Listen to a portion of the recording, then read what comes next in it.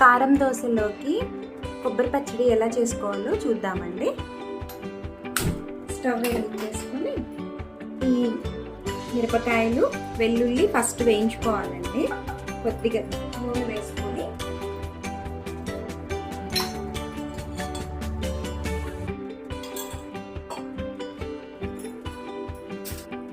ఇవి వేగాయండి, చల్లారి పెట్టుకోవాలి ఒక 1 మినిట్.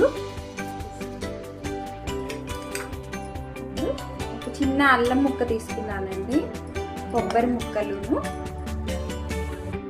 పుట్నాలు వేస్తున్నాను. ఇప్పుడు వేయించుకున్న పచ్చిమిర్చి వెల్లుల్లి వేసేసుకోవాలి.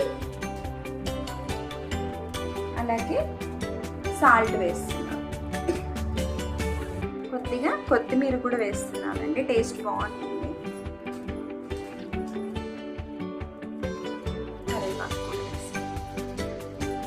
ఇప్పుడు దీన్ని మిక్సీ చేసుకున్నాము.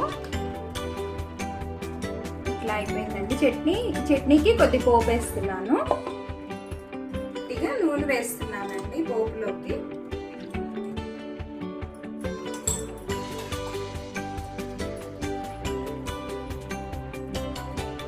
ఆయిల్ కాగింది, కొద్దిగా మినప్పప్పు, ఆవాలు, జీలకర్ర, కొన్ని మెంతులు అండి, ఇన్ని వేస్తున్నా చూడండి. ఇంగువ అయిపోయిందండి పోపు. బ్రేక్ఫాస్ట్ రెడీ అయిపోయిందండి. కారం దోశలోకి చట్నీ వేసుకొని తింటే చాలా బాగుంటుంది. ట్రై చేయండి, లైక్ చేయండి, షేర్ చేయండి, సబ్స్క్రైబ్ చేసుకోండి.